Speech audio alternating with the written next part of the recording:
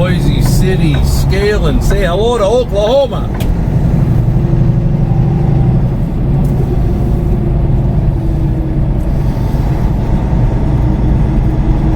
Say hello to Oklahoma, everybody.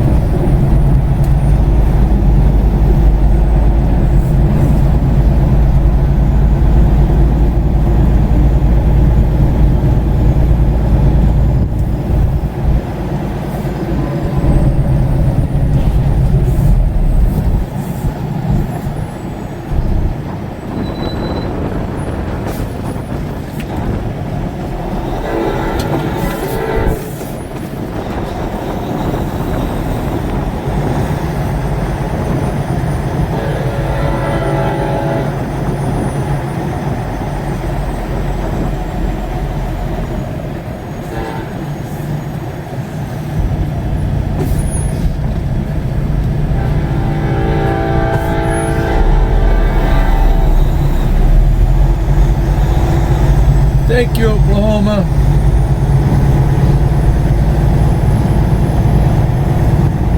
Guy waved at us.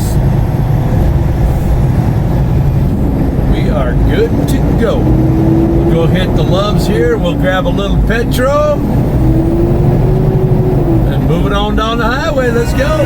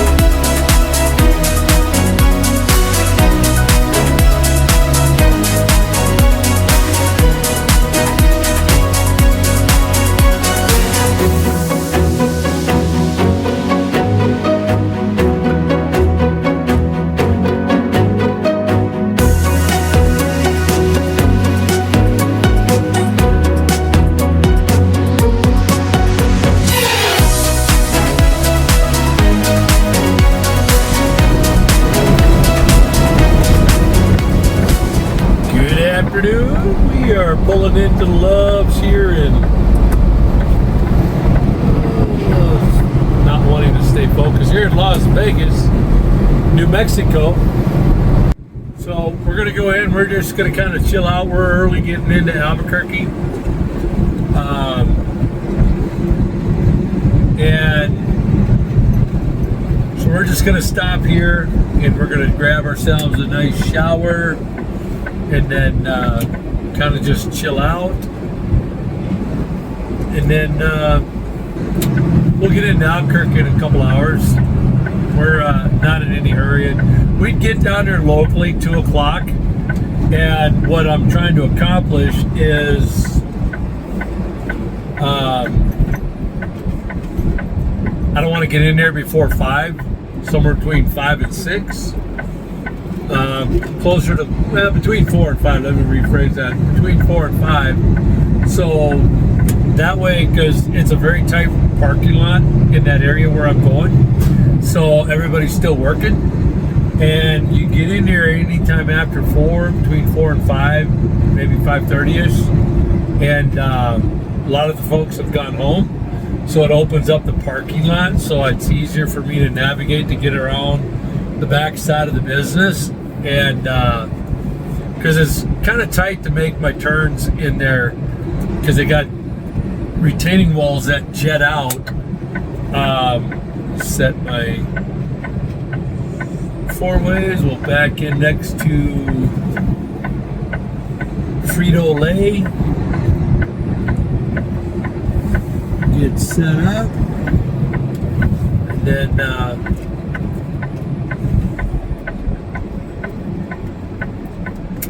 it's almost like I'm UPS. Really, dude? Seriously? See, this is the stuff that's frustrating. You have your 4 ways on. He knows you're going to back up, and they still drive behind you.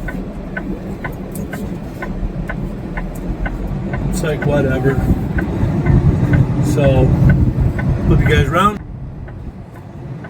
As you can't see, thanks to the rain.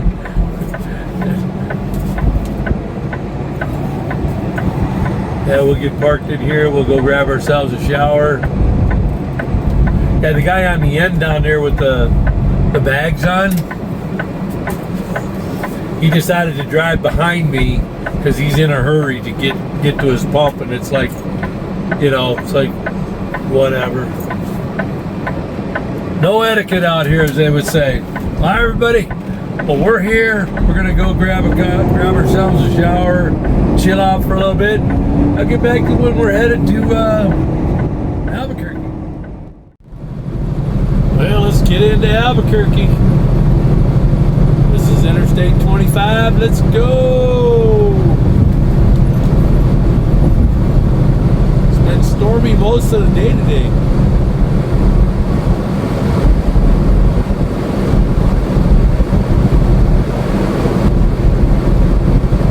Everybody, I'll get back to you when we get in there. We got a crash up ahead here, so we're going to go ahead and pay attention to this. Catch you on the other side. Well, everybody, some things just don't change. I know I haven't done a video on this in a while, so here we are. We're sitting here in Albuquerque. We're going to make our delivery and pick up in the morning. Boiler, I got something trying to come out here. I don't know what the heck is going on, but we're gonna roll it up. The day is done. We're down here. Just want to share. I didn't video because it was a private conversation. The yard next door where I'm parked. They're like security. They're like, I don't know. I'm not exactly sure what they do, but it's got to meet a nice gentleman by the name of Harold. I don't know if he'll ever watch this. I didn't even mention any of this. It was such a joy chatting with this man. He's like 71 and just looked like he could go a couple of rounds. You know, just full of energy. And what a joy to talk to somebody. And here's the goofy thing. This is what I want to share in closing. We politically didn't connect. We come from two different, and it has nothing to do with, because he's an African American, but he was born in Germany, served our military, and it wasn't about skin color, it wasn't about politics, it wasn't about, you know, and it was just talking about life before computers, before Google, before social media, before all of this stuff, where you literally had to learn what you needed to know.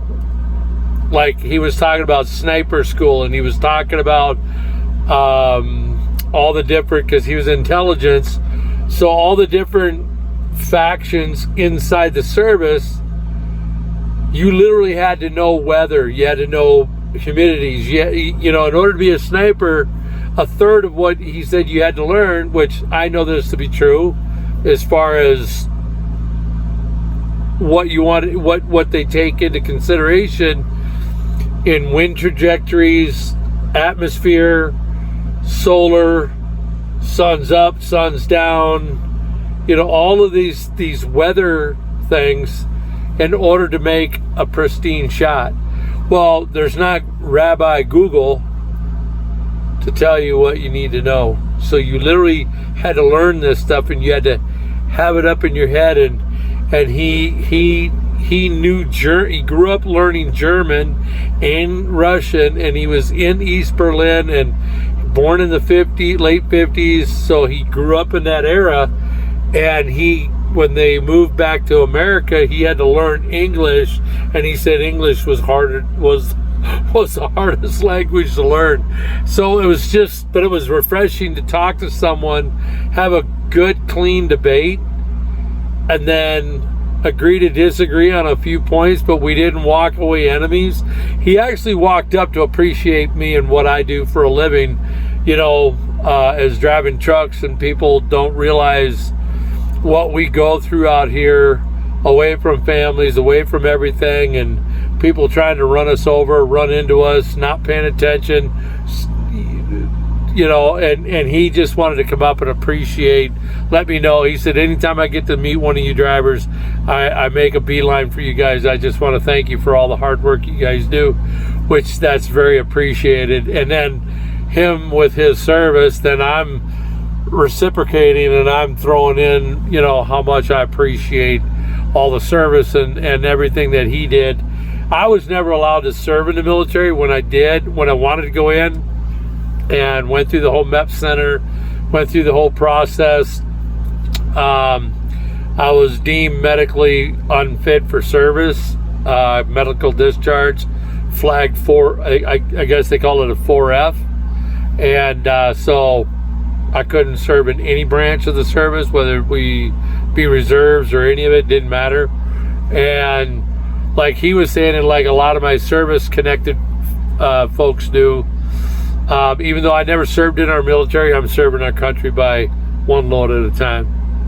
So it was just refreshing. Harold, if you actually see this, I got out of my truck. I had to shake the man's hand. We're talking through a chain link fence, and it was just all these things that we talked about that are pre-computers, pre-everything, and people got along better. We talked about racism a little bit, and how before certain points of our America, things changed, and all of a sudden race became everything. And it was like, I grew up in an era that race, not saying that racism wasn't there, but it certainly wasn't. It had turned a corner. We weren't talking about it at every corner. I mean, just at every turn, everything was either political or everything was, no, you judge people by the content of their work.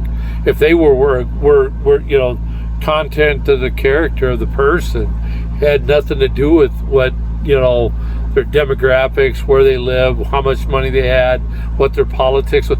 We didn't talk about that. Our rules growing up as a kid was, you didn't talk about politics, didn't talk about religion. Period. That was my dad's rules. So you just talked about life, work, what you got going on, going fishing, hunting, whatever. Talked about life. You got back to having character with